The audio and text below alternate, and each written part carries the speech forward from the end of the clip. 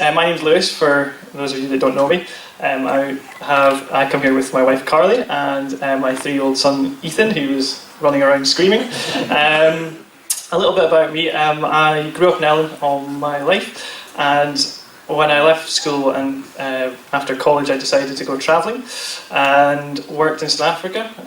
For 6 months I worked in a school with children that suffer from disabilities. It really opened my eyes and changed my life in a certain way and sort of seen a different perspective on life. So I decided to travel and try and find myself. I didn't. But I came back and met Carly in 2008, and yeah, as they say, the rest is history. Here we are now, in amongst amazing people, and just an amazing time. My route to finding God, there's no one set thing that defined it. Carly started going to church middle of last year, and I never really was that fussed about it. Never fazed me at all. I just, she went, and I accepted that. It was only when Carly decided to buy me a Russell Brand book for my birthday. It's not something I really expected. I was a bit politely saying thank you very much, but I decided to give it a go anyway and read it. It turns out that he is a Christian, and he found God when he was going through his drug addiction. Although some of you, and I don't really necessarily agree with some of the stuff he says, one of the things that stood out to me was in one of the chapters, is everybody in? And it's all about how you found Jesus, and it just really made me question if there was something more, there was a bigger existence around us. So that brought me to my first City Church experience. I turned up not really sure what to expect, but as you'll probably all know, everyone is very friendly and forthcoming. I got this presence, and I'd never really experienced that presence before, but when everyone sat down or the service started, that just God was in amongst us. It was quite a powerful experience, and when the worship music came on, I kind of just lost it a bit and tried to act manly and keep it in, but the emotions were just running high. And I've never really been, that kind of experience has stayed with me throughout. So it's been, it was one of these amazing experiences, and that was proof there, and I couldn't really hide that. I continued, obviously, to have lots of questions and doubts. Things don't just happen overnight. But Carly and I went to a small group. It's something that the church organises for people that doesn't know. It's a great way of interacting with people, and also just sort of talking about God and celebrating His life, celebrating Jesus' life.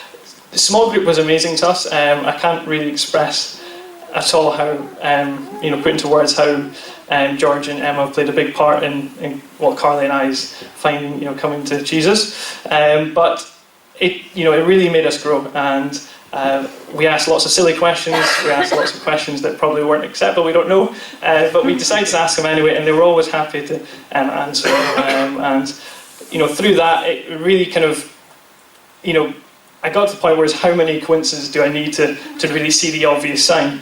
And one day in the small group, I decided to ask George to pray for me, and he did the sinner's prayer, and I found Jesus that day. There's nothing amazing about the story, but it's just over time I've come to accept Jesus in my life, and I'm very thankful for everyone here that has helped along the way. One quick thing, we continue to learn. I mean, there's so much to learn. I still have doubts myself, but going forward, it's an amazing experience, and to know that I have God by my side, through good and bad, is something that's very comforting, and gets me quite caught up and emotional every now and again. But the fact that He will be with me through thick and thin, it just really, really helps a lot.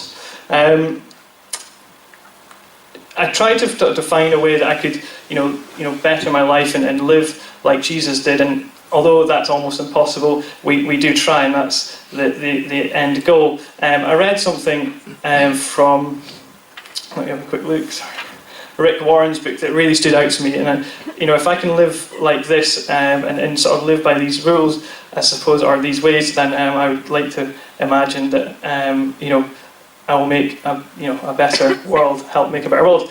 Rick Warren in his book said, "Do all the good you can by all the means you can, in all the ways you can, in all the places you can, at all the times you can, to all the people you can, as long as you ever can.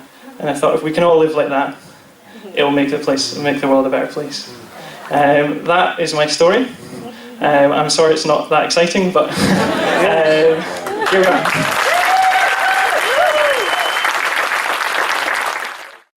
Into your life as your Saviour.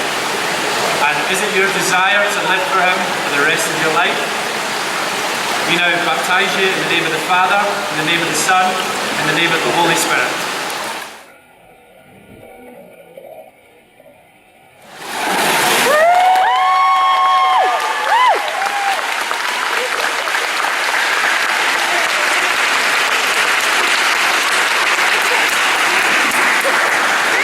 Lord Jesus, we pray for Lewis just now. We pray you will fill him with your Holy Spirit, Lord. We are so excited for what you're going to do. May you continue your work in his life. Just fill him with your presence. In Jesus' name. Amen. Amen.